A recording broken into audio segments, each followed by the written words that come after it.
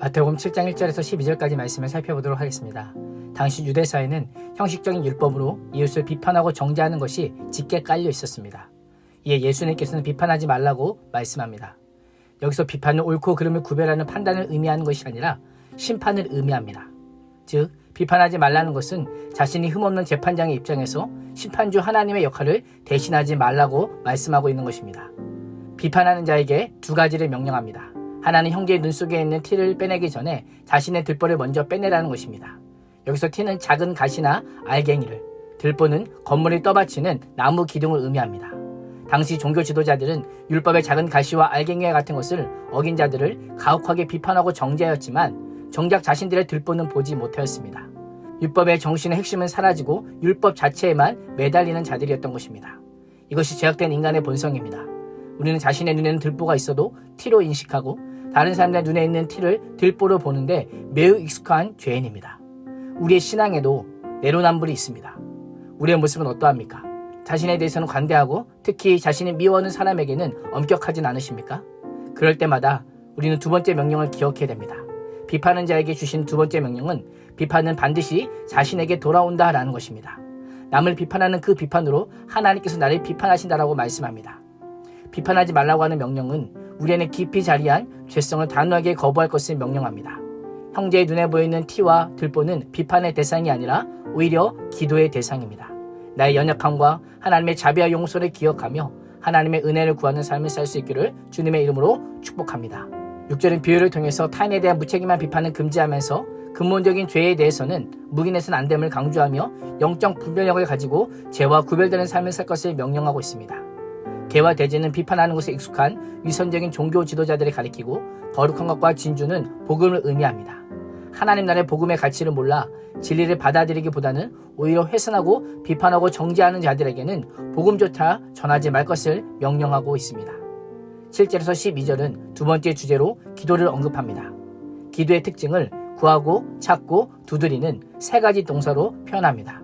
중요한 것은 구하고 찾고 두드리는 목적이 분명하지 않다는 것입니다. 그렇기 때문에 매달리는 기도, 끈질길 기도를 할 때 우리는 이 말씀에 붙잡고 기도하는 경우가 많이 있습니다. 이 말씀은 내가 원하는 모든 것을 구하고 찾고 두드리면 된다는 의미일까요? 6장 33절은 구하라의 목적으로 하나님의 나라와 그 의를 구하라라고 언급하였습니다. 구하는 자가 반드시 받을 것이고 찾는 자가 반드시 찾을 것이고 두드리는 자에게 반드시 열리게 되는 목적이 하나님의 나라와 그의 의에 있기 때문입니다. 하나님의 나라와 그의 의를 구하고 찾고 두드리는 열정적인 기도를 들으시는 하나님께서 하나님의 의를 반드시 성취하게 하실 것이다라고 말씀하고 있는 것입니다.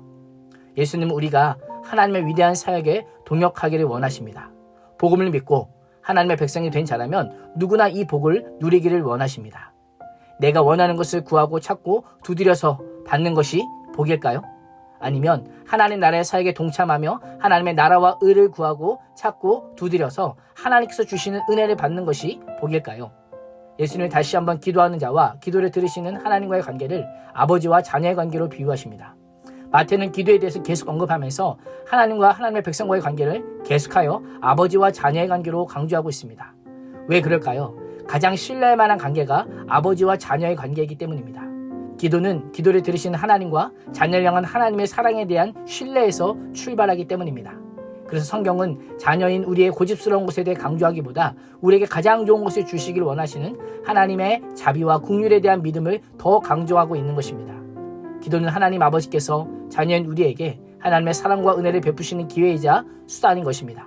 오늘도 기도를 통해 하나님께 나아감으로 가장 좋은 것, 성령을 선물로 받는 복을 누릴 수 있기를 주님의 이름으로 축원합니다. 마지막으로 12절은 신약의 황금률이라 불리는 말씀입니다. 왜 갑자기 이 말씀을 하실까요? 자녀인 우리에게 가장 좋은 것을 주시는 하나님이심을 믿기에 낙심하지 않고 기도하고 나 자신만을 위하여 이기적인 기도를 할 것이 아니라 타인을 위한 기도도 드릴 수 있음을 우리에게 알려주고 있는 것입니다. 남에게 대접을 받고자 하는 대로 남을 대접하는 기도는 나보다 상대방의 필요와 관심을 더 세심하게 살피고 그들을 위해 기도하는 것을 의미하고 있습니다. 내 기도가 응답되기를 간절히 바라는 것처럼 다른 사람을 위해 간절히 기도하는 삶이 더 나은 의를 추구하는 삶임을 말씀하고 있습니다.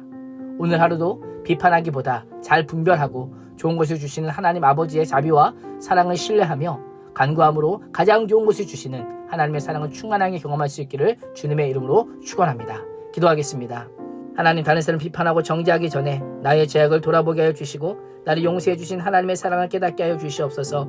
우리에게 가장 좋은 것 주시는 하나님 아버지를 신뢰함으로 하나님의 나라와 그 일을 구하고 찾고 두드리게 하여 주시고 나를 위해 간절히 기도하는 것처럼 다른 사람을 위해서도 간절히 기도하는 믿음의 사람 되게 하여 주시옵소서. 예수님의 이름으로 기도합니다.